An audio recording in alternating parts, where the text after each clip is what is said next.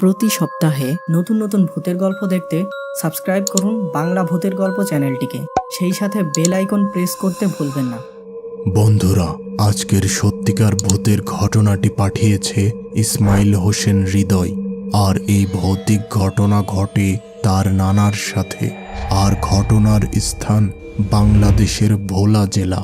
আজকের বিশেষ প্রশ্ন, তোমরা কি কেউ কখনো রাতের বেলা মাছ নিয়ে বাহিরে অবস্থান করেছ? আর করে থাকলে কোনো অস্বাভাবিক কিছু ঘটেছে? আমার নানা ছিলেন একজন জেলে। গ্রামের পাশের নদীতে তিনি প্রতিদিন মাছ ধরতেন। তিনি রাতের বেলা মাছ ধরতে বেশি পছন্দ করতেন। ওই দিন ছিল পূর্ণিমা রাত। নানার শরীর ভালো ছিল না, তাই তিনি সিদ্ধান্ত নিলেন আজকে রাতে তিনি মাছ ধরতে যাবেন না। তবে তার ইচ্ছা হলো রাতে গ্রামের বাজারে যেয়ে বন্ধুদের সাথে কিছুটা আড্ডা দিয়ে আসি। যখন তিনি বাজারে পৌঁছালেন তখন সময় ছিল রাত 8টা।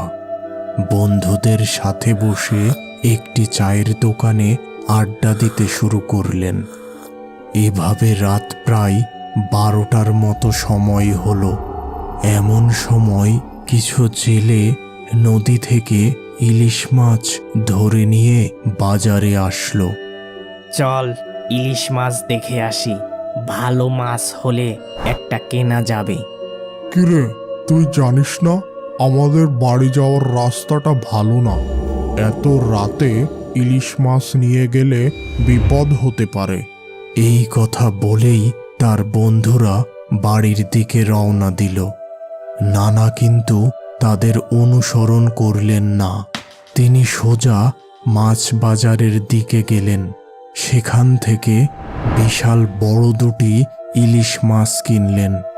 এবার নানা ভাবলেন আসলেই তো তার বাড়ি ফেরার রাস্তাটি ভালো নয়। নানা প্রকার ভূতের উপদ্রব সেখানে। এবার তিনি কিছু সিগারেট কিনলেন। তিনি কিন্তু সিগারেট খান না, শুধুমাত্র হাতে একটি আগুন থাকবে এই ভেবে তিনি সিগারেট কিনলেন।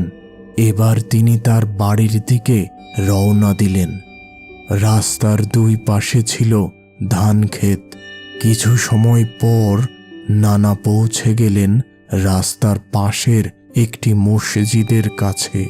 এবার তিনি সিগারেটে আগুন দিলেন, কারণ এই মসজিদের পরেই আছে বেশ কিছু তাল গাছ।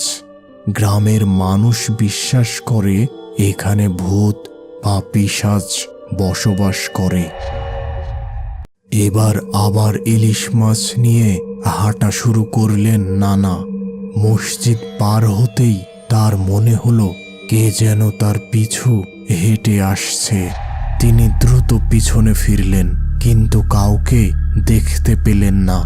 এবার তিনি মনে মনে দোয়া পাঠ করে আবার হাঁটতে শুরু করলেন। একটি তাল গাছের কাছে আসতেই হঠাৎ তার সামনে দিয়ে একটি কালো বিড়াল দুই পায়ে ভর দিয়ে হেঁটে রাস্তা পার হলো। তিনি মনে সাহস সঞ্চার করে সামনে এগিয়ে গেলেন। কিছুটা পথ অতিক্রম করতেই কে যেন তার কাঁধে হাত রাখল। তিনি দ্রুত পিছন ফিরে তাকালেন। আগের মতো কাউকে দেখতে পেলেন না। এমন সময় পিছন থেকে শব্দ হলো, তোর মাছ দুটো আমাকে দিয়ে যা, না হলে আজকে বেঁচে ফিরতে পারবি না। নানার হাতে তখনও একটি সিগারেট জ্বলছিল। তিনি তখনও তার মনের শক্তি হারাননি। তিনি বললেন, মাছ দেব, কিন্তু আরেকটু সামনে যেয়ে দেব।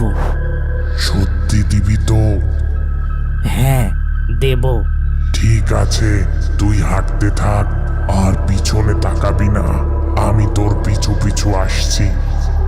বেশ কিছুটা পথ পার হতেই আবার বাতাসের মধ্য থেকে সেই ভুতুড়ে শব্দ ভেসে আসলো। কিরে, এবার মাছ দে। এই তো আরেকটু পরই দেব। অদৃশ্য শক্তিটি যেন ক্রোধে বাতাসের ঝড় সৃষ্টি করল ও সেই সাথে উপর থেকে ঢিল ফেলা শুরু করল। নানা কিছুটা ভয় পেলেন, তবে লক্ষ্য করলেন তার গায়ে কোনো ঢিল লাগছে না। তিনি বুঝতে পারলেন তার হাতের সিগারেটের আগুনের জন্যই ওই ভূত বা পিশাচটি তার কিছু করতে পারছে না। এবার তিনি দ্রুত হাঁটা শুরু করলেন। কিছু সময় পর হঠাৎ তার সামনে একটি কালো অবয়ব পথ আটকে দাঁড়ালো।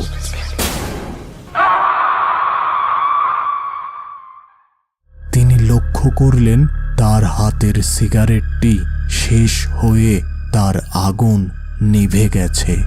ভীষণ ভয়ে নানা এক চিৎকার দিয়ে তার বাড়ির দিকে দৌড় শুরু করলেন। বেশ কিছুটা পথ প্রাণপণ দৌড়ে তিনি তার বাড়ির দরজার সামনে এসে উপস্থিত হলেন আর দরজায় জোরে জোরে কড়া নাড়তে লাগলেন। নানু দ্রুত ঘুম থেকে উঠে দরজা খুলে দিলেন।